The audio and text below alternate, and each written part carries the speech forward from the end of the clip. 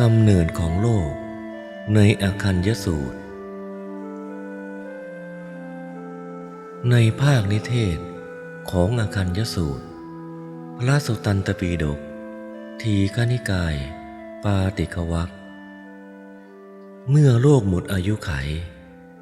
คือถึงเวลาหมดสิ้นกับทำให้โลกต้องสูญสิ้นพินาศไปหมดสิ้นสัตว์โลกที่รอดชีวิตก็ไปบังเกิดเป็นพรหมในอภัสราพรหมมีกายทิพย์มีฤทธิ์ทางใจ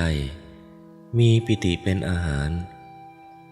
มีรัศมีแผ่ซ่านออกจากกายสัญจรอยู่ในอากาศสถิตอยู่ในวิมานนานแสนนานจากนั้นทรงแสดงถึงการกำเนิดหรือวิวัฒนาการของโลกตั้งแต่ตอนต้นแห่งวิวัตกัปคือช่วงที่โลกก่อตัวขึ้นใหม่เริ่มจากสภาพที่แผ่เป็นน้ำเต็มอวกาศอันเวิ้งว้างว่างเปล่าไม่มีดวงจันทร์ดวงอาทิตย์และดวงดาวใดๆทั่วบริเวณมืดมิดโลกค่อยๆแข็งตัวขึ้นมีพืชพันธุ์ไม้เกิดขึ้นตามลำดับคือ 1. ง้วนดินลอยอยู่บนผิวน้ำ 2. สะเก็ดดิน 3. เกลือดิน 4. ข้าวสาลีเกิดขึ้นเองตามธรรมชาติผลิตผลเป็นข้าวสารสุกไม่มีแกบและลำเจือปนในขณะเดียวกันทรงแสดงวิวัฒนาการของมนุษย์ควบคู่ไปกับการวิวัฒนาการของโลกดังต่อไปนี้มีพรหมจำพวกหนึ่งจากชั้นอภัสราพรหมมาจุติในโลกระยะแรกเริ่มที่ยังเป็นพื้นน้ำอาภัสราสัตว์พวกนี้ยังมีกายทิพย์มีฤทธิ์ทางใจมีปิติเป็นอาหารมีรัศมีแผ่ซ่านส่องสว่างสัญจรอยู่ในอากาศเช่นเดียวกับครั้งเมื่ออยู่ในอภัสราพรหมภูมิต่อมาเมื่อเกิดง้วนดินขึ้นสัตว์โลกหรืออภัสราสัตว์ไม่สามารถอดกั้นความหอมที่ยั่วยวนจิตใจของกลิ่นง้วนดินนั้นจึงได้บริโภคง้วนดินเข้าไปในร่างกายทำให้ร่างกายที่เคยเป็นทิพย์หยาบขึ้นรัศมีกายหายไปตอนนี้พระอาทิตย์พระจันทร์จึงปรากฏขึ้นให้แสงสว่างแทนเมื่อสัตว์โลกบริโภคง้วนดินเข้าไปแล้วนานเข้าร่างกายก็เกิดการเปลี่ยนแปลงเริ่มมีทวารสำหรับขับถ่ายของเสียบางพวกมีผิวพรรณงดงามกว่าพวกอื่นจึงเกิดการเหยียดผิวกันขึ้นเพราะเหยียดผิวกันง้วนดินจึงหายไปพวกเขาเกิดความอยากขึ้นมาเมื่อสะเก็ดดินเกิดขึ้นสัตว์โลกจึงบริโภคสะเก็ดดินเป็นอาหารแทนง้วนดินที่หายไปเมื่อบริโภคสะเก็ดดินไปนานๆร่างกายยิ่งเปลี่ยนแปลงไปผิวพรรณต่างกันมากขึ้นการเหยียดผิวก็มีความรุนแรงมากขึ้นทำให้สะเก็ดดินหายไปสัตว์โลกเหล่านี้เกิดความอยากมากขึ้นเมื่อเกิดเครือดินขึ้นมาพวกเขาบริโภคเครือดินเป็นอาหารแทนสะเก็ดดินที่หายไปและเมื่อบริโภคไปนานๆจึงมีการเปลี่ยนแปลงทางร่างกายมากขึ้นการเหยียดผิวยิ่งรุนแรงมากขึ้นจนเครือดินนั้นหายไปพวกเขาเกิดความอยากมากขึ้นไปอีกเมื่อข้าวสาลีเกิดขึ้นพวกเขาบริโภคข้าวสาลีเป็นอาหาร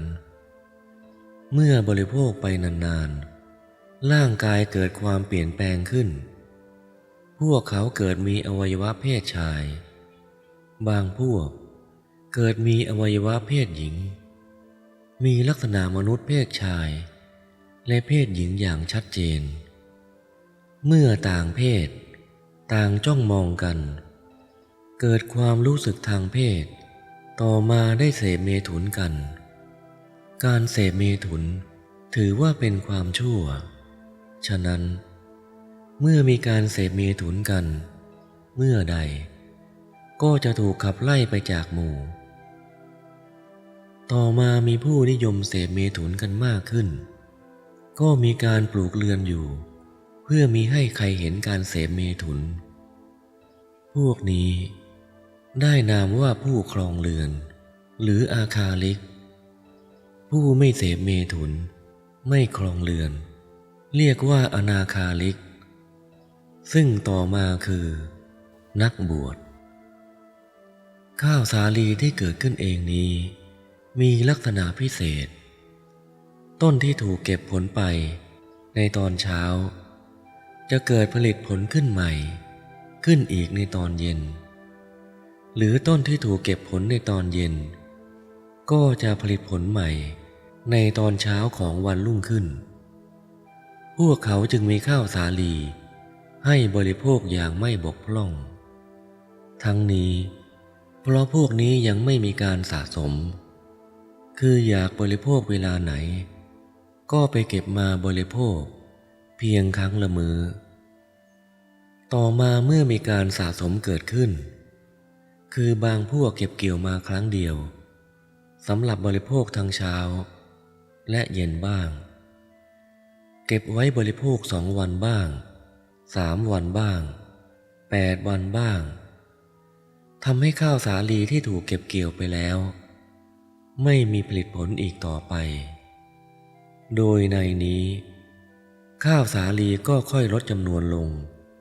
จนมหาชนมองเห็นภัยเฉพาะหน้ามหาชนได้ประชุมกันเพื่อแก้ไขป้องกันภัยที่จะเกิดขึ้นโดยตกลงให้แบ่งสรรที่ดินในแต่ละคน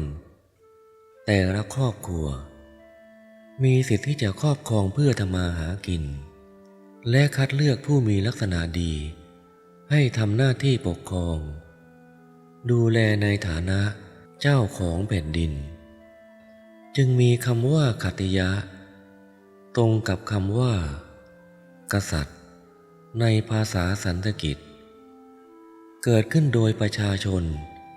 ยินดีแบ่งปันผลประโยชน์แก่ผู้ปกครองนั้นเนื่องจากผู้ปกครองทำหน้าที่ได้ดีจึงมีคำว่าราชาเกิดขึ้นและเนื่องจากผู้ปกครองเป็นผู้ที่มหาชนคัดเลือกแต่งตั้งจึงมีชื่อว่ามหาสมมติราชด้วยเหตุดังกล่าวมานี้กลุ่มคนที่เรียกว่ากษัตริย์จึงเกิดขึ้นต่อมา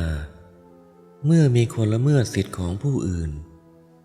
และกระทำการทุจริตต่างๆมากขึ้นจึงมีคนอีกกลุ่มหนึ่งทำหน้าที่สั่งสอนและทำพิธีลอยบาปให้จึงมีคำว่าพราหมณ์เกิดขึ้นพวกนี้ได้รับการบำรุงเลี้ยงดูจากประชาชนที่นิยมเสพเมถุนธรรมซึ่งเป็นผู้ครองเรือนและมีหน้าที่ทำการงานต่างๆตามถนัดจึงมีชื่อว่าเวสสา